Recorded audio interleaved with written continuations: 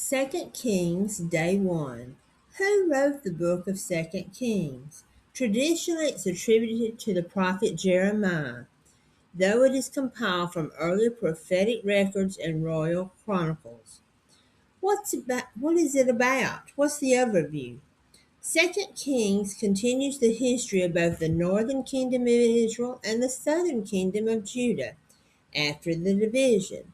It records the ministries of prophets such as Elijah and Elijah, the continued spiritual decline of Israel, and the eventual fall of both kingdoms. Israel, the northern kingdom, is destroyed by Ezra, and later Judah, the southern kingdom, is taken into exile by Babylon. The book shows repeated rejection of God's warnings and the final consequences of national disobedience. When was it written? Approximately 560 to 540 BC, during or shortly after the Babylonian exile, covering events from about 850 to 560 BC. Where are the settings?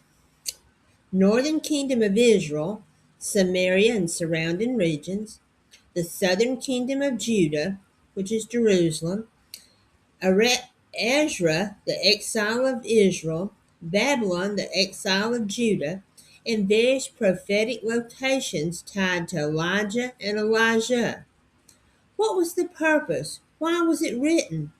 It was to show the consequences of persistent idolatry and rebellion, God's patience through prophetic warnings, and the failure of corrupt leadership, to show the fulfillment of the covenant warnings, blessings, and curses, and to show the importance of obedience to God over political power. Second Kings teaches that ignoring God's voice eventually leads to collapse. What are the key themes?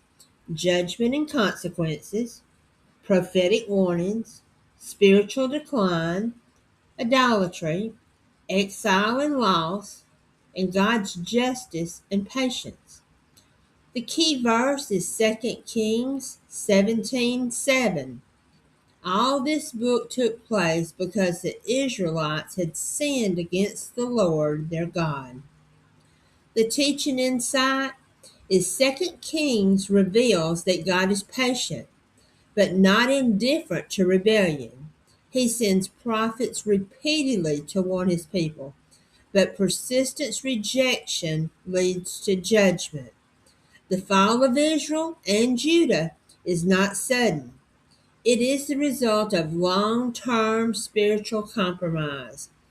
Even in judgment, God's justice is consistent, and his warnings are clear.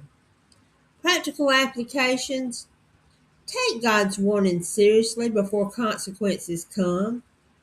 Don't ignore repeated correction or conviction. Stay faithful even when the culture drifts away from God.